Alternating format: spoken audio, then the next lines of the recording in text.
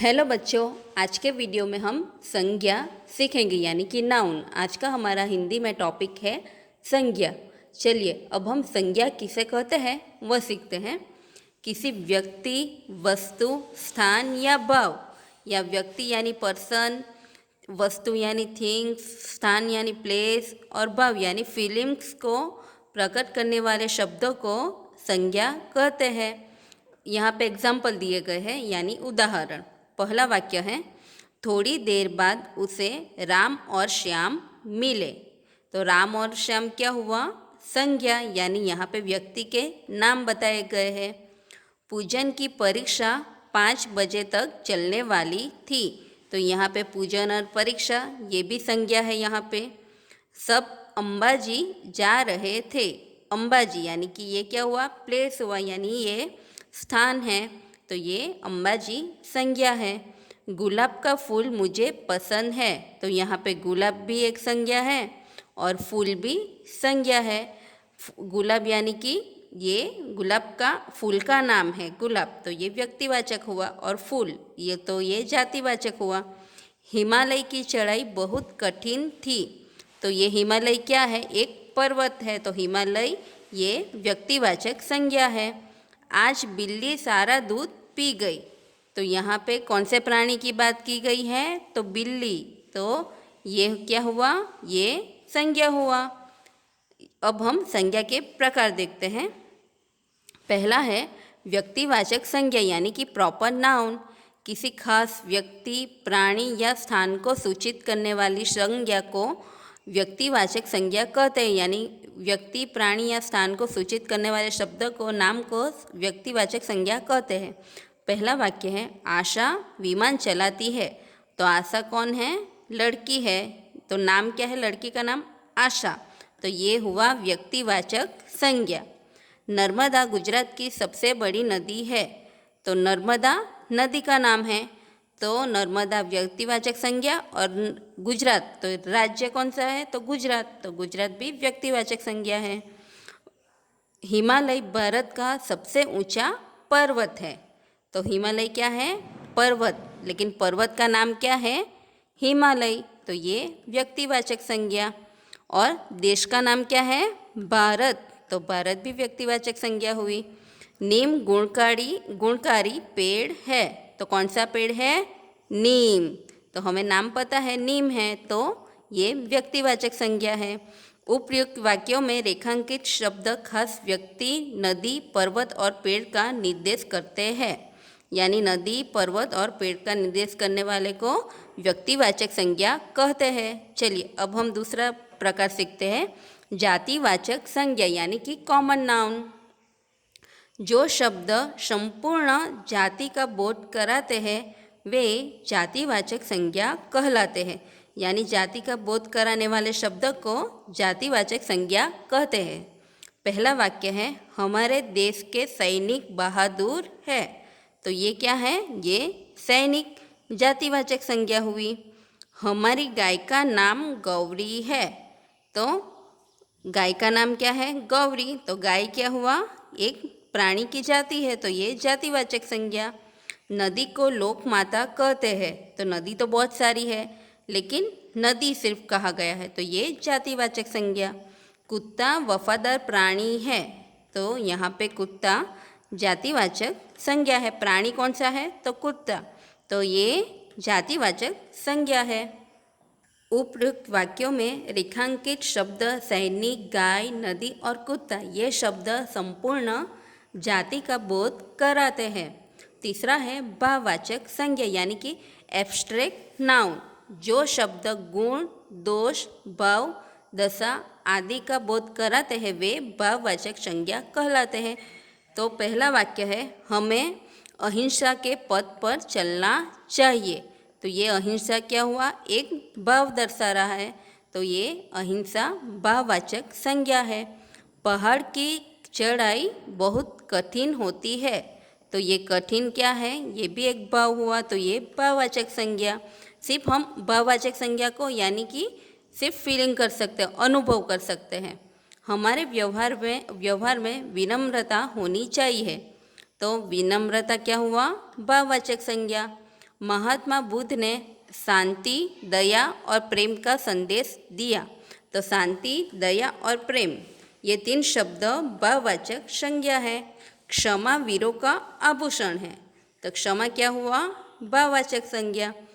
उपयुक्त वाक्यों में रेखांकित शब्द अहिंसा, चढ़ाई, विनम्रता, शांति, दया, प्रेम, क्षमा, गुण, दोष, भाव, दशा आदि का बोध कराते हैं, वे भाववाचक संज्ञा कहलाते हैं। चौथा है समूहवाचक संज्ञा यानी कि कलेक्टिव नाउन। जो संज्ञा शब्द, व्यक्ति या वस्तुओं के समूह, दल या झुंड का बोध कराए उसे समूहवाचक संज्ञा कहते हैं। समूहवाचक यानी कि एक टीम। जैसे कि पहला वाक्य है, रेलवे स्टेशन पर लोगों की भीड़ रहती है। तो भीड़ क्या हुआ? समूहवाचक संज्ञा। बच्चों की टोली होली खेलने निकली, यानी बहुत सारे बच्चे होते हैं तो एक जुट बनता है यानी टोली बनती है। तो ये टोली क्या हुआ? समूहवाचक संज्ञा। सभा में कई लोग इकट्ठे हुए, तो आप ये वाक्य में देख सकते हो। तो ये सभा क्या हुआ? समूहवाचक संज्ञा। यानी कि जो एक टीम होती है तो उसे समूहवाचक संज्ञा कहते हैं। उपयुक्त वाक्यों में रेखांकित शब्द भीड़, टोली और सभा समूहवाचक संज्ञा कहलाते हैं। पांचवा है द्रव्यवाचक संज्ञा यानी मटेरियल नाउन। जो संज्ञा शब्द किसी द्रव्य, पदार्थ या धातु का बोध होता है उसे द्रव्यवाचक संज्ञा कहते हैं। लड़का पानी पी रहा है, तो पानी क्या हुआ? एक द्रव्य हुआ, लिक्विड हुआ। तो ये द्रव्यवाचक संज्ञा है। यह चांदी का चम्मच है, तो चांदी क्या हुआ? एक द्रव्य है। चांदी, सोना ये सब द्रव्य है, लिक्विड है, ये एक मटेरियल होता है। तो ये द्रव्यवाचक संज्ञा है। पानी, चांदी ये सब, सोना ये द्रव्यवाचक संज्ञा है। चलिए अब हम संज्ञा का अभ्यास सीखते हैं आगे। नीचे दिए गए वाक्यों में जो संज्ञा है उन्हें रेखांकित कीजिए। यानी कि रेखांकित यानी कि जो संज्ञा शब्द होता है उसके नीचे हमें अंडरलाइन करनी होती है। जैसे कि पहला वाक्य है, पहाड़ की चढ़ाई बहुत कठिन होती है। तो इसमें संज्ञा कौन सी है? कठिन। तो यहाँ पे आपको अंडरलाइन करनी है यानी रेखांकित। सब अंबाजी जा रहे थे, तो अंबाजी क्या हुआ? एक स्थानवाचक। तो ये अंबाजी को नीचे अंडरलाइन करनी है। नीम गुणकारी पेड़ है, तो कौन सा पेड़ है? नीम का। तो नीम जातिवाचक है, तो यहाँ पे आपको ऐसा अंडरलाइन करनी है। बाकी के वाक्यों में भी आपको पढ़ के समझ के रेखांकित करना है यानी कि अंडरलाइन करना है। नीचे दिए गए संज्ञा शब्दों को कोष्ठक में उचित स्थान पर रखिए। यहाँ पे ब्रैकेट्स में जो शब्द दिए गए हैं और यहाँ पे व्यक्तिवाचक संज्ञा को लिखना है और यहाँ पे जातिवाचक। जैसे कि पहला कौन सा है? भारत। तो भारत क्या है? व्यक्तिवाचक। तो देश का नाम हुआ ना भारत। देश तो बहुत सारे होते हैं, तो भारत देश का नाम है, तो वो व्यक्तिवाचक संज्ञा हुई। तो यहाँ पे आपको लिखना है भारत। दूसरा है हिमालय। तो हिमालय क्या है? पर्वत। तो पर्वत का नाम हुआ हिमालय। तो हिमालय, पर्वत तो बहुत सारे होते हैं लेकिन पर्वत का नाम बताया है हिमालय। तो ये क्या हुआ? व्यक्तिवाचक संज्ञा।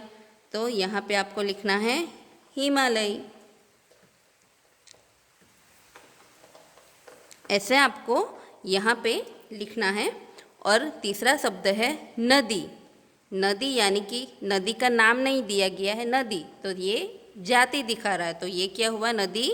यहाँ पे आपको जातिवाचक संज्ञा लिखनी है, तो नदी जातिवाचक संज्ञा हुई। तो ये कोष्ठक में आपके बाकी के शब्द पहचान कर समझ कर यहाँ पे लिखना है। निम्नलिखित वाक्यों में रेखांकित शब्दों में संज्ञा का नाम बताइए। पहला वाक्य है, बंदर को बहुत गुस्सा आया। तो रेखांकित शब्द कौन सा है? बंदर। तो ये कौन सी संज्ञा है? बंदर यानी कि प्राणी। तो बंदर यानी कि प्राणी, तो ये प्राणी हुआ। तो ये क्या दर्शा रहा है? जातिवाचक संज्ञा। तो आपको यहाँ पर ऐसे टिक करना है। दूसरा वाक्य है, आज बहुत सर्दी है। तो सर्दी, गर्मी ये सब क्या हुआ? ये एक भाव दर्शा रहा है, तो यहाँ पे हुआ भाववाचक संज्ञा। तीसरा है नरेंद्र मोदी हमारे देश के प्रधानमंत्री है। तो प्रधानमंत्री कौन है? नरेंद्र मोदी। तो यहाँ पे एक नाम हुआ, तो ये क्या हुआ? व्यक्ति का नाम दर्शा रहा है, तो ये हुआ व्यक्तिवाचक संज्ञा। यहाँ पे आपको 2 वाक्य आपको करने हैं। निर्देशित शब्दों में से व्यक्तिवाचक संज्ञा के ऊपर गोला बनाओ। तो तापी, पेड़, नदी, पर्वत, गुजरात, गिरनार, मोहन, वीर सावरकर, ये दोनों साथ में हैं। सैनिक, तो ये नामों में व्यक्तिवाचक संज्ञा जो है तो उसके ऊपर हमें सर्कल करना है। तो जैसे एग्जाम्पल बता देती हूँ। पहला है तापी। तो तापी क्या है? नदी। तो नदी क्या हुई? एक जाति हुई, लेकिन नदी का नाम क्या है? तापी। तो तापी क्या हुआ? व्यक्तिवाचक संज्ञा। तो आपको इसके ऊपर ऐसे सर्कल करना है। ऐसे यहाँ पे दूसरा है पेड़, लेकिन कौन सा पेड़ है वो तो नहीं पता हमें, सिर्फ पेड़ है, तो ये तो जाति दिखा रहा है। तीसरा है नदी। तो नदी का नाम नहीं है, सिर्फ नदी है, तो ये जातिवाचक हुआ। तो ये है पर्वत। तो पर्वत कौन सा है? हिमालय है, क्या है वो कुछ नहीं पता, यहाँ पे सिर्फ पर्वत लिखा है, तो ये भी जाति दर्शा रहा है। गुजरात, हाँ, तो ये राज्य का नाम हुआ। तो कौन सा राज्य है? गुजरात। तो ये हुआ व्यक्तिवाचक संज्ञा। ऐसे आपको बाकी के शब्दों को पहचान कर व्यक्तिवाचक संज्ञा के ऊपर गोला लगाना है। निम्नलिखित वाक्यों में आपको यहाँ पे ये सेंटेंस चेंज करना है। निम्नलिखित वाक्यों में जातिवाचक संज्ञा का नाम बताइए। तो आपको यहाँ पे रेखांकित करना है। जैसे कि आपको यहाँ पे ये 4 वाक्य दिए हैं, तो हमने पूरी संज्ञा पढ़ी है, तो आपको अच्छे से पहचान कर यहाँ पे जातिवाचक संज्ञा के नाम लिखने हैं बाजू में। तो आज के वीडियो में हमने संज्ञा यानी कि नाउन सीखा है, तो उसकी प्रैक्टिस भी करनी है और लर्न भी करना है। अब हम अगले वीडियो में मिलेंगे। बाय।